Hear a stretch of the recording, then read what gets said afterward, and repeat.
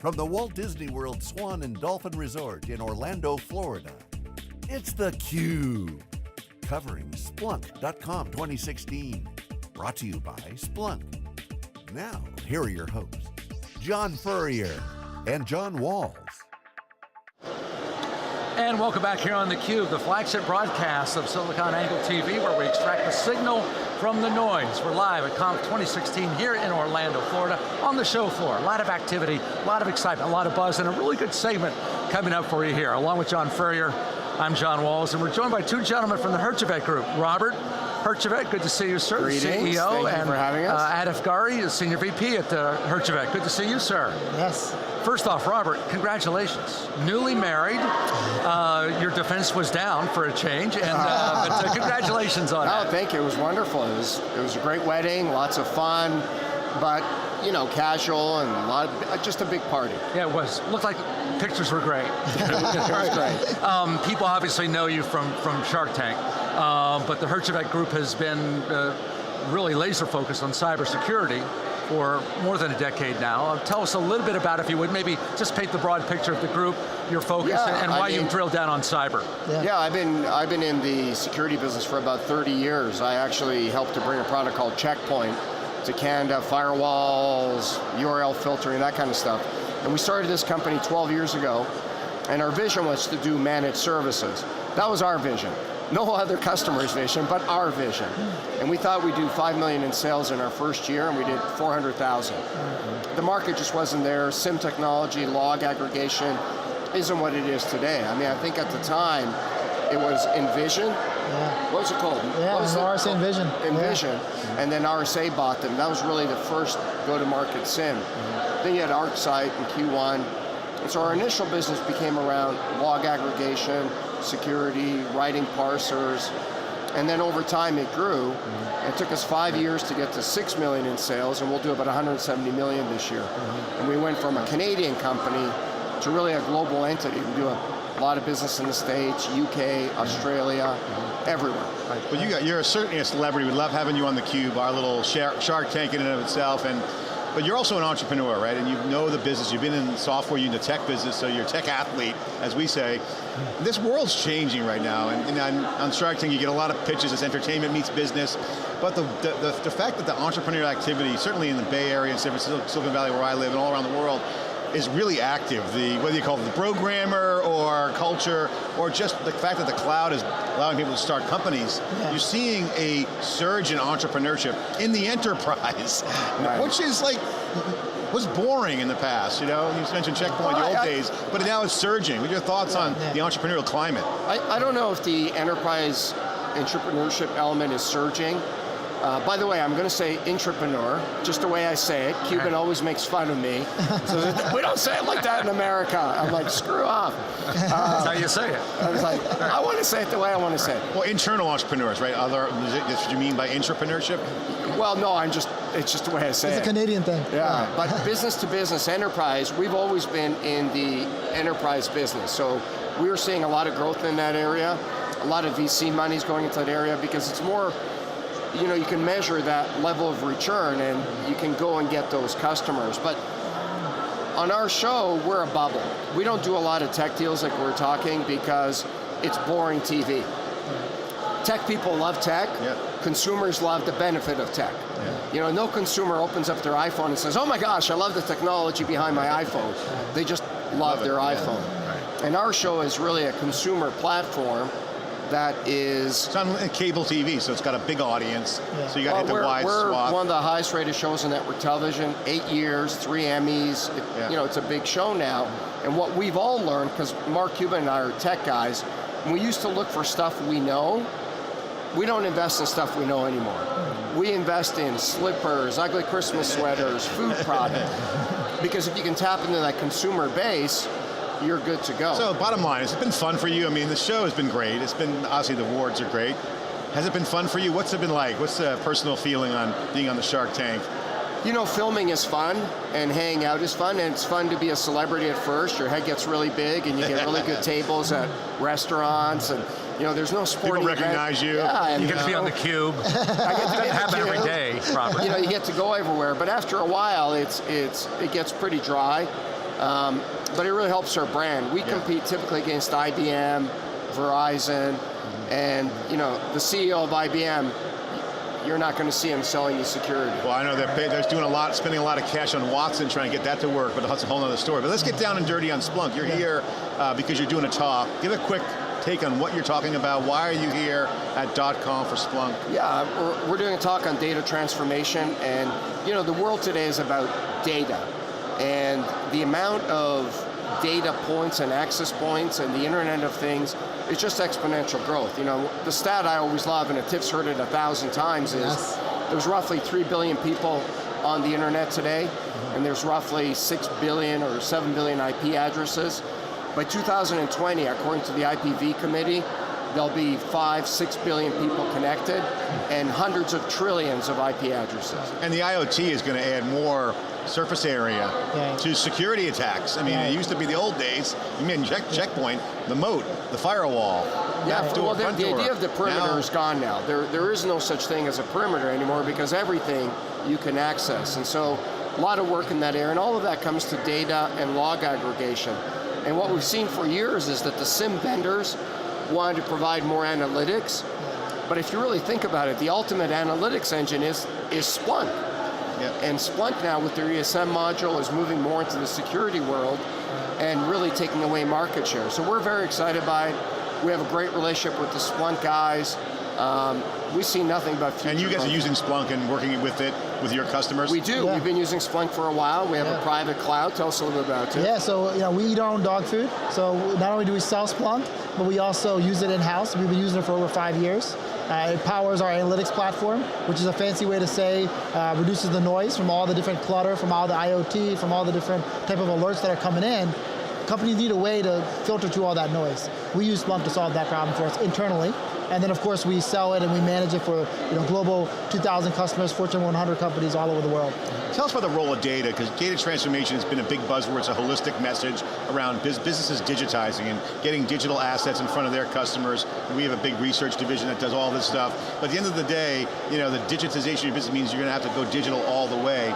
And the role of data is not the old data warehousing days. It's fenced away, pull it in. Now you need data moving around. You need organic sharing of data. Data's driving policies and new pattern recognitions for security. How do you guys see that evolve? How do you talk to your customers? Because in a way, the old stuff can work if you use the data differently. We're seeing a pattern like, hey, that's an algorithm I used 10 years ago, but now with new data, that might be workable. What are some of the things that you're seeing now that customers are doing, that you talk to, that are leveraging data like Splunk in a new way? Right. Well, that's really where Splunk adds so much value, because a friend of mine is the dean of USC, and he has a great saying: more data is not necessarily more information. And so the mistake that we see customers making a lot is they're collecting the data, but they're not doing the right things with it. Right. And that's really where Splunk and that level of granularity can add tremendous value, not just from logging, but from analytics and going upstream with it. Yeah, and also to that point, it's just automation. There's too much data, and it's only going to get bigger, right? Based on the rest that Robert rattled off. Now we need some machine learning analytics to move it further. And all points aside, machine learning isn't where it needs to be right now. Today in the market, it still has a long way to go. I would call it a work in progress. But however, it's the promise, right? Because there's too much data, and to secure it, to automate behavior is really what... It's a double-edged sword. The innovation strategy these companies are taking, they're growing with mobility, growing with cloud, increasing the service area, IoT, but the supervised areas of the enterprise were the doors, right?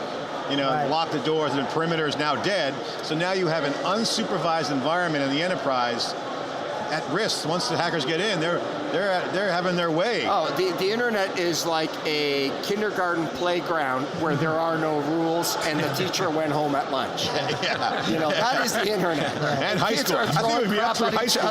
Kindergarten through high school. And you have different age kids in there. It's chaos. Bedlam. Very well said. The internet is chaos, but by nature, that's what we want the internet to be. We don't want to control the chaos because we limit our ability to communicate, and that's really the promise of the internet. It's not the responsibility of the internet to police itself. It's the responsibility of each enterprise. So what new things are happening? We're seeing successes. We're reporting on companies that have been successful. Are the ones that are doing the reverse of what was once done, or said differently, new ways of doing things, throwing out, kind of trying to do a hybrid legacy approach to security. We're seeing the new ways, new things, new better cat and mouse games, better honeypots, intelligent fabrics. What do you guys recommend to your customer, and what do you see in your talk? This digital transformation is definitely a real trend, and security is the catastrophic time bomb that's ticking for all customers. Yeah. So it dwarfs compliance, risk management, current. Well, I don't know if that's necessarily true that it's a time bomb. You know, the number one driver for security still is compliance. We sell stuff people don't really want to buy. Nobody wakes up in the morning and says, gee, I want to go spend another $5 million in security. Right. They do it, frankly, because they have to. If none of their competitors were spending money on security, I don't think most enterprises would. Right. I mean, it's whenever you have to do something because it's good to do, you have a limited upcycle. When you do something because there's a compliance reason to do it, or bad things happen to you, you're really going to do it. You don't think there's consumer pressure then to have to do this? Otherwise, I mean... Interesting stat. The Wall Street Journal did a study and asked 1,000 people on the street corner in New York if for a hamburger, they would give away their social insurance number, their home number, and their name. 72% of people gave out that information freely. Better be a good hamburger. Yeah. Well, back to your point, though, I want to get... So I think consumers have an expectation of security, and how they police that is they simply go to somebody else. So if you're my retailer and you get breached, you know what I'm going to do?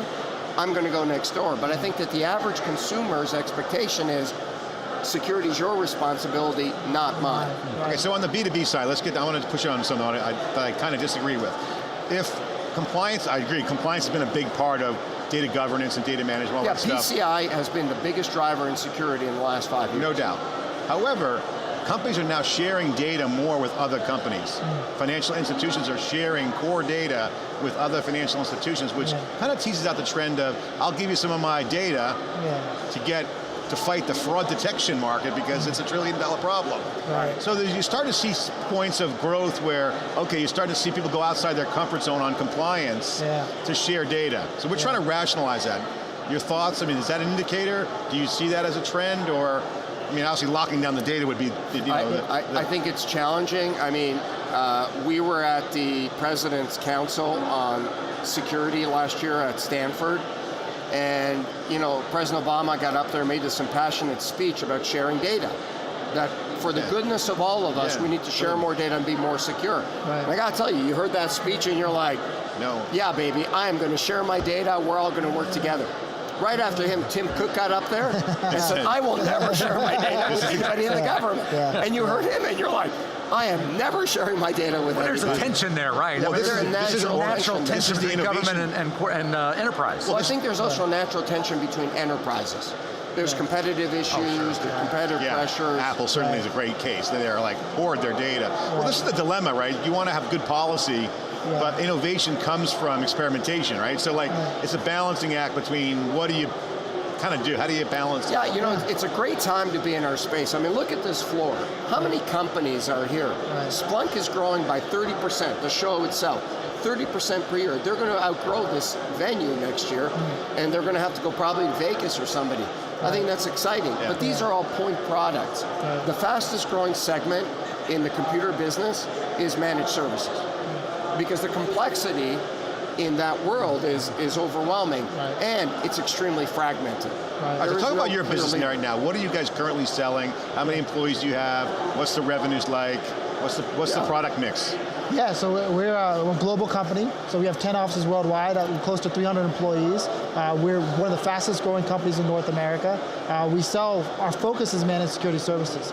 We do consulting as well as incident response remediation, but the day-to-day, we want your logs, we want to do monitoring, we want to help with escalation. So you guys come in and do deployments and integration and then actually manage security for customers? We do the sexy of getting it in, and then we also do the unsexy of managing it day-to-day. It's all sexy, that's why the Cube's a household name.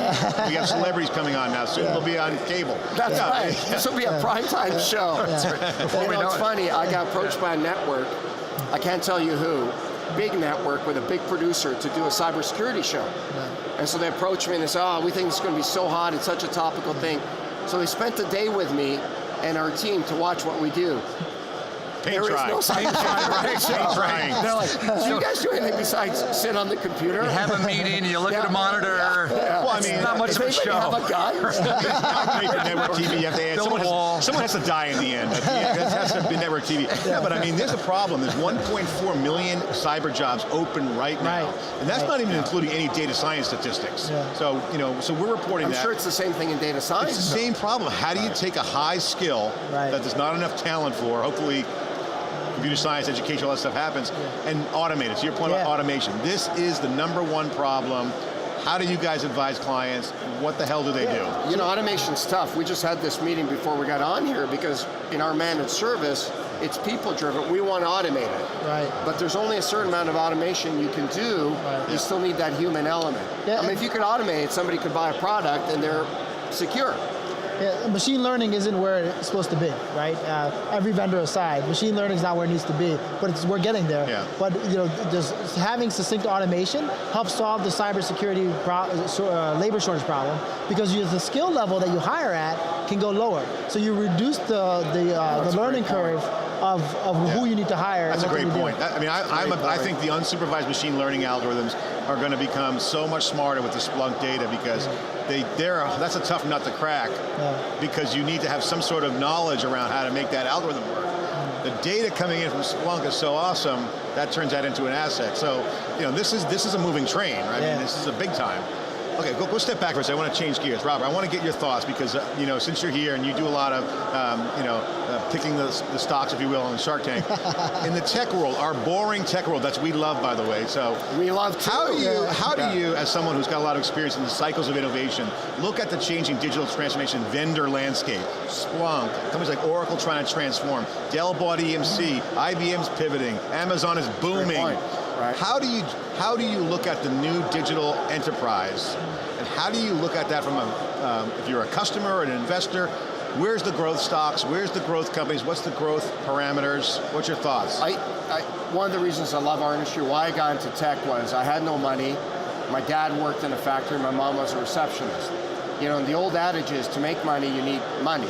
And to get ahead, it's not what you know, it's who you know. I didn't know anybody. And the value of tech is tech transforms every 3 years. We follow these cycles where we eat our own young and we throw away stuff that doesn't add value. Tech is the great equalizer because if you don't add value, nobody cares. You're out. And when I'm starting out as a guy with a small company, I love that. We're gonna kick ass. We're gonna add value. Now that we're a little bigger, when you're a young bigger, company, you can eat someone's lunch because if they're not paying attention, you could come in. For sure. It gets harder as you get bigger because now we're the big guys that somebody in their basement is trying to take out. But we see tremendous innovation in security. If you look back 3 years, who were the leaders in the SIM space? ArcSight, Q1, Nitro to a lesser degree, and Envision. Envision, right? Right. Today, does RSA have a strategy around a SIM? They have NetWitness, security analytics, which is kind of a SIM. Q1 is in the throes of the IBM machine somewhere in their gut, nobody knows. ArcSight, who buys ArcSight anymore? It's so complicated. Who's the leader? Splunk.